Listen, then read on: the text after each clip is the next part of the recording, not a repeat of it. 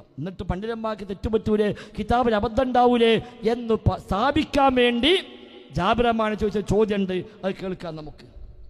ജലാലുദ്ദീൻ സുയൂത്തിയുടെയും ജലാലുദ്ദീനുൽ മഹല്ലിയുടെയും തഫ്സീറായിട്ടുള്ള മഹല്ലി, തഫ്സീർ മഹല്ലി, ആ തഫ്സീർ മഹല്ലിയിൽ ഭൂമിയെക്കുറിച്ച് കാളയുടെ കൊമ്പിലാണ് എന്ന പരാമർശമുണ്ട്. അപ്പൊ അതുകൊണ്ട് എടുക്കാൻ പറ്റുമോ എന്നൊക്കെ ചോദിക്കണം. എന്താണ് ജലാലുദ്ദീൻ സുയൂത്തും ജലാലുദ്ദീൻ മഹല്ലിയും കൂടെ എഴുതിയ തഫ്സീറുൽ മഹല്ലി? അങ്ങനെ തഫ്സീർ തന്നെയില്ല, അങ്ങനെ തഫ്സീറേ ഇല്ല. തഫ്സീറുൽ മഹല്ലി എന്ന തഫ്സീർ തന്നെയില്ല, തഫ്സീറുൽ ജലാലൈനിയാണ്, തഫ്സീർ മഹല്ലി അല്ല.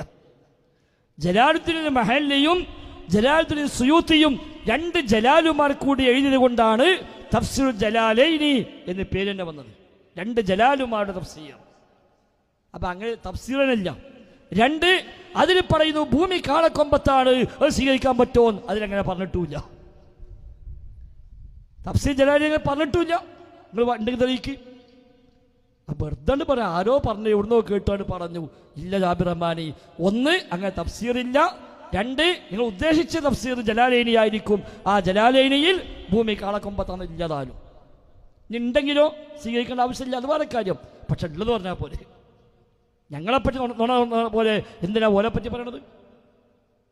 അപ്പം ഇതൊക്കെയാണ് ഒരു അവരുടെ ഒരു വിവരത്തിൻ്റെ ഒരു ലെവൽ. നമ്മൾ കുറ്റപ്പെടുത്തല്ല, പക്ഷേ പറയുമ്പോൾ ഗണ്ണനൊക്കെ ആകുമ്പോഴെങ്കിലും ഒന്ന് ആലോചിച്ചും വീടുള്ള മനുഷ്യന്മാരെ ചോദിച്ചിട്ടൊക്കെയല്ലേ പറയേണ്ടത്.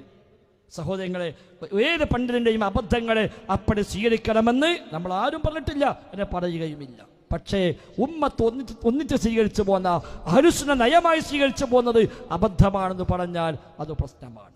അതുകൊണ്ട് മൻഹജാണ് പരിഹാരം എന്ന് ആവർത്തിച്ച് ഓർമ്മപ്പെടുത്തുകയാണ്.